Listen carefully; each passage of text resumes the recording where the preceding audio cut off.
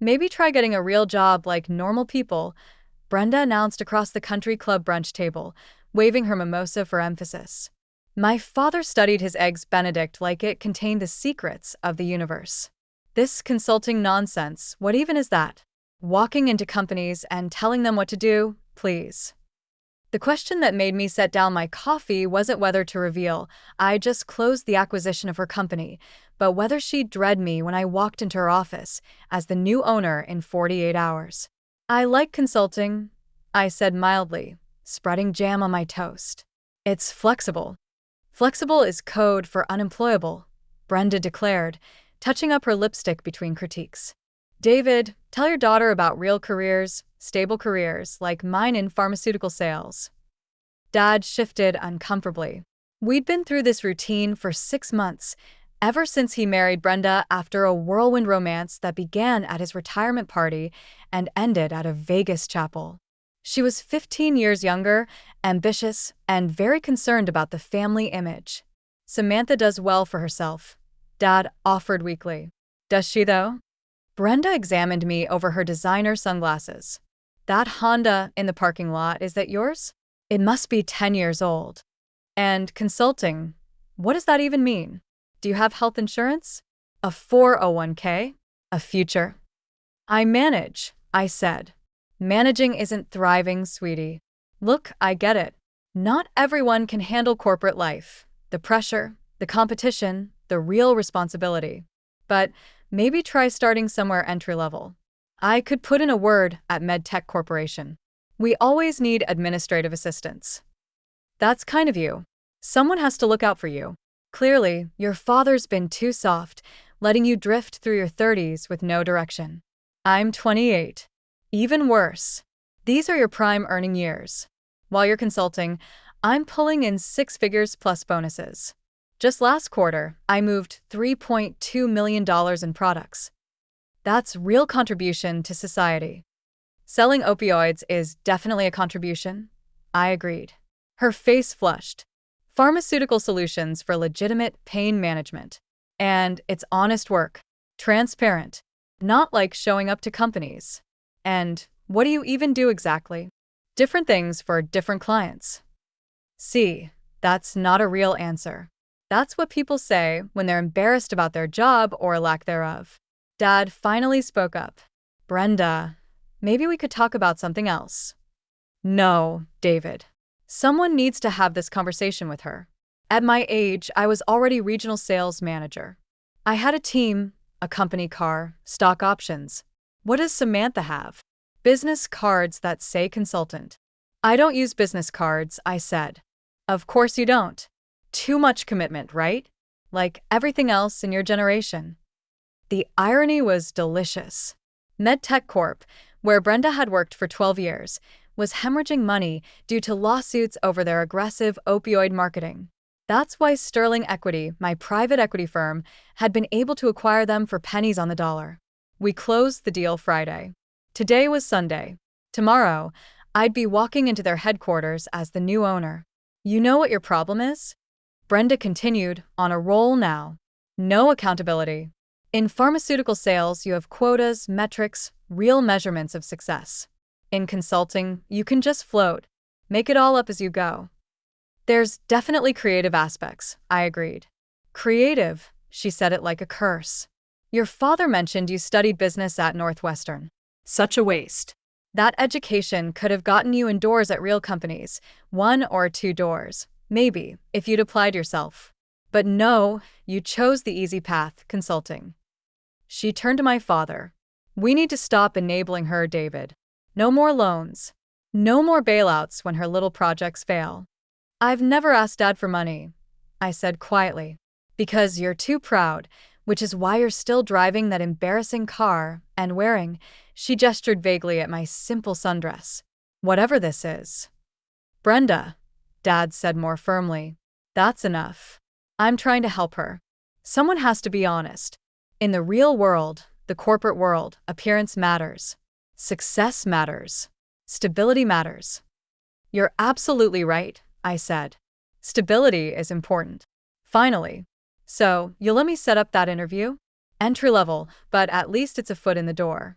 Show up on time, dress professionally, borrow something from me if you need to, and try to look interested when they explain the filing system. I'll think about it. Don't think too long. MedTech doesn't hire just anyone.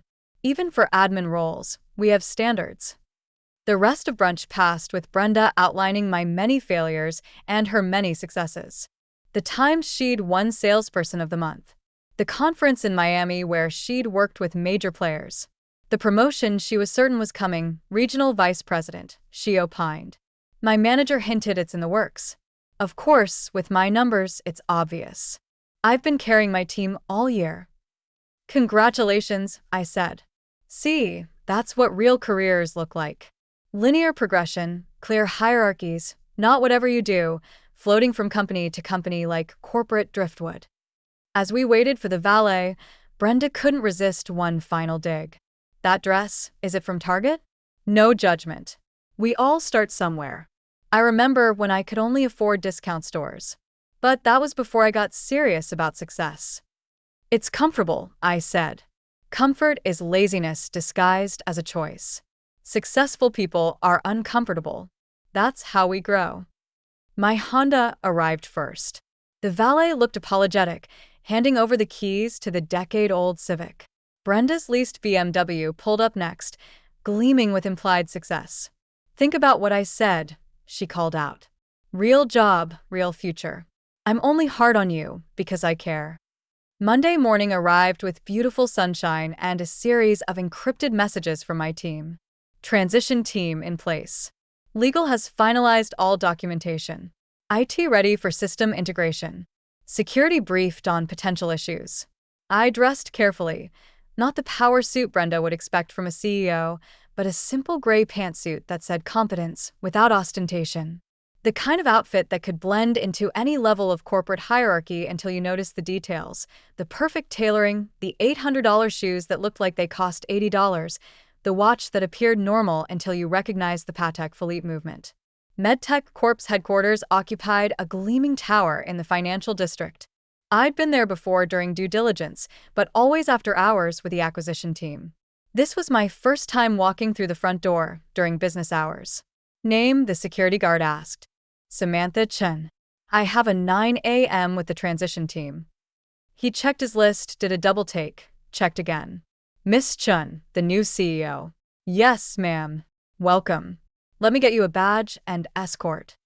No escort necessary. I know where the conference room is. The executive elevator required a special key, which the guard provided with shaking hands. As I rose to the 20th floor, I thought about Brenda, probably somewhere in the building right now, preparing for her Monday morning sales meeting. No idea her world was about to shift. The conference room was packed. Legal team, HR directors, department heads, and the outgoing leadership, all assembled around a massive oak table. They stood when I entered, a corporate reflex when power walked in. Good morning, I said, taking my seat at the head. Let's begin. The next 2 hours were a blur of presentations, transitions, and strategic adjustments. I'd done this before with other acquisitions, but MedTech was special, not just because of Brenda, but because the company represented everything wrong with pharmaceutical sales. Aggressive marketing, questionable ethics, profits over patients. The sales restructuring, my CFO said, sliding a document across the table. We'll be eliminating several regional positions and refocusing on ethical prescribing practices. Which regions? Southwest, primarily. That's where the most aggressive tactics have been documented. Brenda's region. At 11 a.m., word went out. All hands meeting in the main auditorium. Mandatory attendance. The rumors had been flying since security guards started updating access badges and IT began password resets. MedTech's 3,000 employees filed in with the nervous energy of people who knew change was coming. I watched from backstage as Brenda entered with her sales team, still confident, still checking her phone for client messages that would never be answered. She'd chosen a seat in the middle, visible enough to be seen as a player, not so front as to seem eager. The outgoing CEO made brief remarks about exciting transitions and new directions before introducing me. I walked onto the stage to polite, confused applause. Most employees had no idea who I was. To them, I probably looked like another consultant. Good morning. I'm Samantha Chun, managing partner of Sterling Equity and your new CEO. I know change is unsettling, but I want to be transparent about our direction. I outlined the vision: ethical practices, sustainable growth, accountability for past mistakes. Then the hard part: effective immediately, we're restructuring our sales division. The days of pushing volume over patient welfare are over. Some positions will be eliminated. Others will be retrained. Anyone who can't adapt to ethical selling has no place in our future. The auditorium buzzed. I could see Brenda from the stage, her face cycling through confusion, recognition, and dawning horror. I'll be meeting with each department this week. I continued. My door is open. I believe in leading by walking around, not hiding in an executive suite. You might see me in the cafeteria, the sales floor, even the parking garage. Because real leadership means understanding every level of the organization. Questions? Hands shot up. I answered them honestly. About layoffs, minimal if people adapted. About direction, ethical but profitable. About my background, private equity with a focus on distressed assets. Then Brenda stood. Even from the stage, I could see her hands shaking. Do you have pharmaceutical experience? Her voice carried across the auditorium. I have experience identifying what's broken and fixing it. In MedTech's case, what's broken is the culture that prioritizes sales over ethics. The lawsuits speak for themselves, but sales drive revenue. Lawsuits drive bankruptcy. We're facing $2.3 billion in potential litigation from aggressive opioid marketing. That stops now. She sat down hard. Around her, colleagues were already distancing themselves, the corporate survival instinct kicking in. After the meeting, department heads scattered to break the news to their teams. I made my way to the sales floor, where Brenda's manager was already in crisis mode. Miss Chun. He practically ran to intercept me. About the sales restructuring, my team has always operated within guidelines, hasn't it? Records show your region has the highest rate of prescriber kickbacks, dinners, trips, consulting fees that are barely disguised bribes. That's industry standard. Was. Past tense. Behind him, I could see Brenda at her desk, frantically pulling files, probably trying to hide evidence of the very practices I'd already documented. I need all regional managers in conference room C in an hour, I told him. We'll discuss who stays and who goes. The meeting was brutal. I laid out the evidence: falsified call reports, kickbacks disguised as speaker fees, pressure tactics on doctors who tried to reduce prescribing. 3 managers were terminated on the spot. 2 others accepted demotions to sales rep positions with retraining requirements. Brenda tried to defend herself. These were approved strategies. Corporate new. Previous corporate. I'm current corporate, and I don't approve. You can't just come in and destroy everything we've built. I can when what you've built is facing federal investigation. Did you think the lawsuits would just disappear? That patients dying from pills you pushed wouldn't have consequences? I was following orders, and now you're following new ones. Effective immediately, you're on administrative leave pending investigation into your sales practices. Investigation for what? I pulled up her file on the conference room screen. Falsifying call reports, providing kickbacks exceeding federal limits, pressuring physicians to prescribe beyond medical necessity. Should I continue? Her face had gone pale. I need this job. My car lease, my condo. The BMW you leased to impress clients, the condo you bought with bonuses from pushing pills? Maybe you should have thought about sustainability. Real jobs, as you called them, come with real accountability. You don't understand. I understand perfectly. You built a life on other people's misery. Now it's crumbling. That's not my fault or my problem. Security escorted her out 20 minutes later, cardboard box in hand. The great pharmaceutical sales success story, reduced to a security escort and a damaged reputation. That evening, Dad called. Samantha, what happened? Brenda came home in tears. Something about her company being taken over. Sterling Equity acquired MedTech. I'm restructuring to avoid bankruptcy from the lawsuits. Silence. Then, Sterling Equity, that's your company. One of them. But you said you were a consultant. I am. I consult with the companies I buy to make them profitable and ethical. It's very fulfilling work. Brenda's been put on leave. She says you targeted her.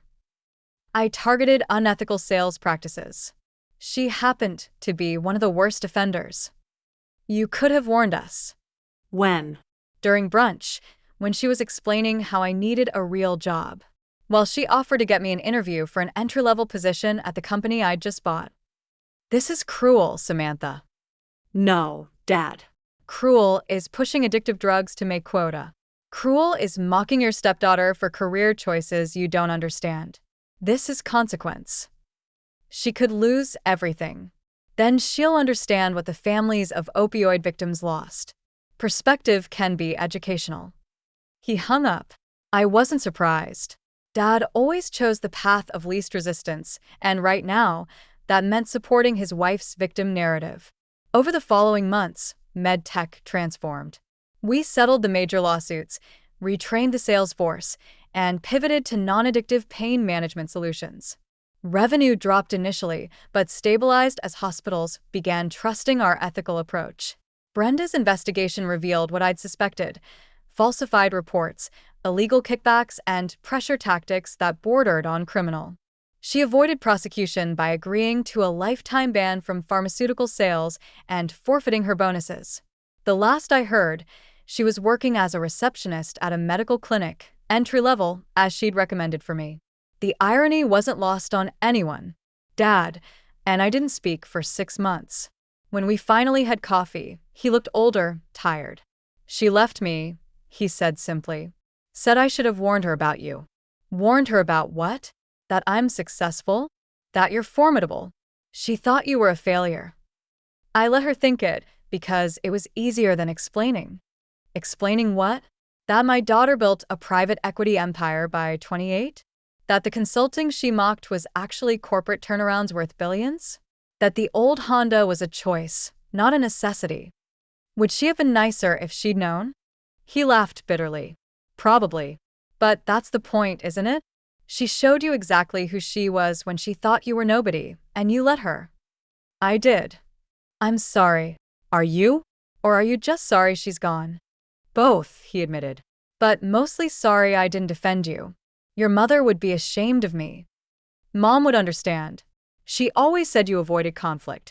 She also said I inherited her backbone. Guess she was right. We rebuilt slowly, Dad and I, without Brenda's toxic influence. He remembered how to be proud of his daughter's accomplishments instead of apologizing for them. He even started bragging about my work to his golf buddies. My daughter? Oh, she's in private equity, buys broken companies and fixes them.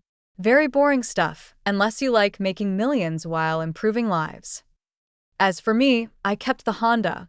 It runs perfectly, gets great gas mileage, and reminds me that real success doesn't need to announce itself. It just walks into conference rooms and changes everything, sometimes wearing a simple sundress, sometimes carrying a cardboard box.